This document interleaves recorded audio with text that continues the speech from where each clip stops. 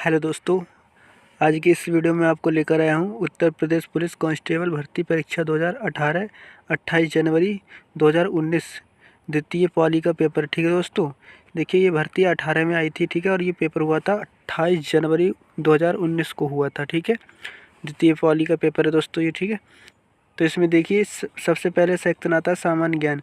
तो ये प्रश्न आपके पेपर में आए हुए हैं, ठीक है, 2019 वाले में। ठीक है, तो देखिए इसमें पहला प्रश्न है, वर्ष 2017 में उत्तर प्रदेश के मुख्यमंत्री के रूप में कौन चुने गए थे? तो इसका सही आंसर है दोस्तों बी, योगी आदित्यनाथ। ठीक है, यहाँ पर ये इन्होंने एक्सप्लेन कर दिया है कि 19 मार्च 2017 को लखनऊ स्थित कांशीराम स्मृति उपवन में आयोजित एक भव्य समारोह में तत्कालीन राज्यपाल राम नाईक ने गोरक्ष पीठाधीश्वर व गोरखपुर संसदीय सीट से लगातार 5वीं बार सांसद योगी आदित्यनाथ को राज्य के 32वें व्यक्ति के रूप में 21वें मुख्यमंत्री के रूप में शपथ दिलाई। वर्तमान में विकल्प बी सत्य है, यानी ये वाला विकल्प सत्य है दोस्तों। ठीक है, तो इन्होंने एक्सप्लेन भी कर दिया है। इससे क्या होगा, आपके और भी क्वेश्चन यहाँ पे हो जाएंगे। ठीक है, तो इसलिए ये एक्सप्लेन भी याद कर लेना है ना। तो अब हमारा प्रश्न नंबर दूसरा है दोस्तों, निम्न में से उत्तर प्रदेश का राज्य पक्षी कौन सा है? ठीक है, राज्य पक्षी कौन सा है?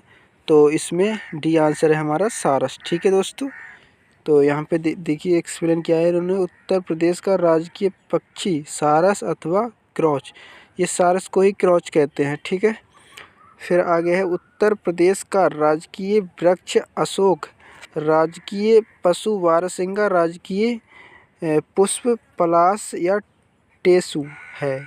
उत्तर प्रदेश का राजकीय चिन्ह एक वृत्त में 2 मछली एक तीर धनुष है। ठीक है, तो यहाँ से देखिए 3-4 क्वेश्चन आपके इस एक्सप्लेन से तैयार हो जाएंगे। ठीक है, तो इसलिए ये एक्सप्लेन भी याद करते रहना। ठीक है, तो यहाँ से ऐसा हो सकता है कि इस बार इनमें से कुछ पूछ ले कि राजकीय वृक्ष क्या है, राजकीय पशु क्या है, ठीक है, राजकीय पुष्प क्या है, ऐसे पूछ सकता है ना। तो इसलिए ये एक्सप्लेन भी याद कर लेना। तो अब तीसरा प्रश्न देखते हैं दोस्तों। तीसरा प्रश्न है, वर्ष 1937 से 1950 तक उत्तर प्रदेश को किस नाम से जाना जाता था? तो इसका सही आंसर है दोस्तों बी, संयुक्त प्रांत। ठीक है, 1937 से 1950 तक उत्तर प्रदेश को संयुक्त प्रांत के नाम से जाना जाता था। ठीक है, देखिए एक्सप्लेन यहाँ पे लिखा है, वर्ष 1937 से 1950 के मध्य तक उत्तर प्रदेश को संयुक्त प्रांत के नाम से जाना जाता था। उत्तर प्रदेश को 1836 से 1877 ईस्वी तक उत्तर पश्चिम प्रांत के नाम से जाना जाता था। 1877 ईस्वी में उत्तर पश्चिम प्रांत का नाम बदलकर आगरा एवं अवध का संयुक्त प्रांत रख दिया गया। 24 जनवरी 1950 को संयुक्त प्रांत का नाम बदलकर उत्तर प्रदेश कर दिया गया। ठीक है, तो ये एक्सप्लेन है, इसको भी अच्छे से आप समझ लीजिए। ठीक है दोस्तों, चलिए नेक्स्ट क्वेश्चन की ओर बढ़ते हैं।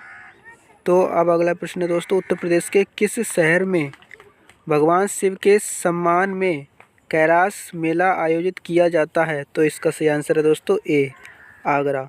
उत्तर प्रदेश के आगरा शहर में भगवान शिव के सम्मान में सावन के तीसरे सोमवार को कैलाश मेला का आयोजन किया जाता है। आगरा में ही नवरात्र और गणगौर मेले का आयोजन होता है। बटेश्वर मेला, पशु मेला का भी आयोजन आगरा में ही होता है। ठीक है, तो ये प्रश्न भी आ सकता है, ठीक है, कि बटेश्वर यानी पशु मेला का आगमन कहाँ होता है? तो वो भी इसी में होता है, यानी ए नंबर आगरा में। ठीक है, तो ऐसे क्वेश्चन बदल के आ सकते हैं। ठीक है, तो अगला प्रश्न है, उत्तर प्रदेश में सबसे लंबी नहर कौन सी है? तो इसका सही आंसर है दोस्तों बी, शारदा नहर। ठीक है, इसका एक्सप्लेन पढ़ते हैं। शारदा नहर उत्तर प्रदेश की सबसे बड़ी नहर प्रणाली है, जिसका निर्माण वर्ष 1920 से 1928 के मध्य हुआ था। यह बनवासा, उत्तर प्रदेश, उत्तराखंड व नेपाल सीमा पर नामक स्थान पर शारदा काली या महाकाली नदी से निकलती है। इस नहर द्वारा उत्तराखंड के कुछ जिलों तथा उत्तर प्रदेश के पीलीभीत, बरेली, शाजापुर, लखीमपुर, हरदोई, सीतापुर, बाराबंकी, लखनऊ, उन्नाव, रायबरेली, सुल्तानपुर, प्रतापगढ़, प्रयागराज आदि जिलों में सिंचाई होती है। ठीक है। इसके बाद में है अगला प्रश्न, उत्तराखंड किस वर्ष अस्तित्व में आया था? तो इसका सही आंसर दोस्तों ए 2000 में। ठीक है दोस्तों, तो इसका भी एक्सप्लेन पढ़ लेते हैं। 9 नवंबर 2000 को उत्तर प्रदेश का विभाजन कर उत्तराखंड राज्य का निर्माण किया गया। ठीक है।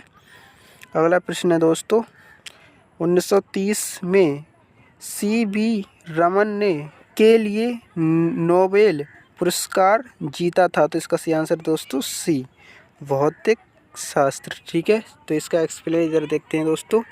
यहाँ पर लिखा है, चंद्रशेखर वेंकटरमन भारतीय भौतिक शास्त्री थे। प्रकाश के प्रकीर्णन पर उत्कृष्ट कार्य के लिए वर्ष 1930 में उन्हें भौतिकी का प्रतिष्ठित नोबेल पुरस्कार प्रदान किया गया था। उनका आविष्कार उन्हीं के नाम पर रमन प्रभाव के नाम से जाना जाता है।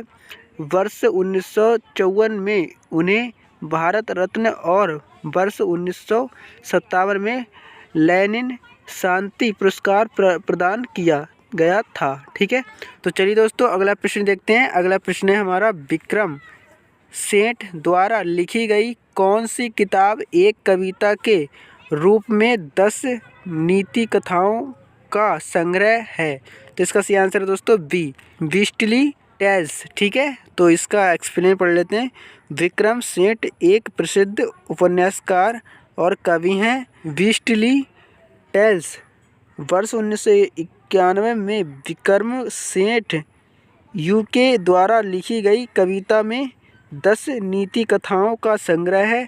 इसका पूरा शीर्षक है beastly tales from here and there. ठीक है, तो नेक्स्ट क्वेश्चन है दोस्तों, हरिवंश राय बच्चन द्वारा लिखी गई आखिरी कविता का नाम बताएं। तो इसका सही आंसर दोस्तों ए 1 नवंबर 1984। तो इसमें इन्होंने एक्सप्लेन किया, हरिवंश राय बच्चन हिंदी कविता के उत्तर छायावाद काल के प्रमुख कवियों में से एक हैं। उनकी सबसे प्रसिद्ध कृति मधुशाला 1935 में है।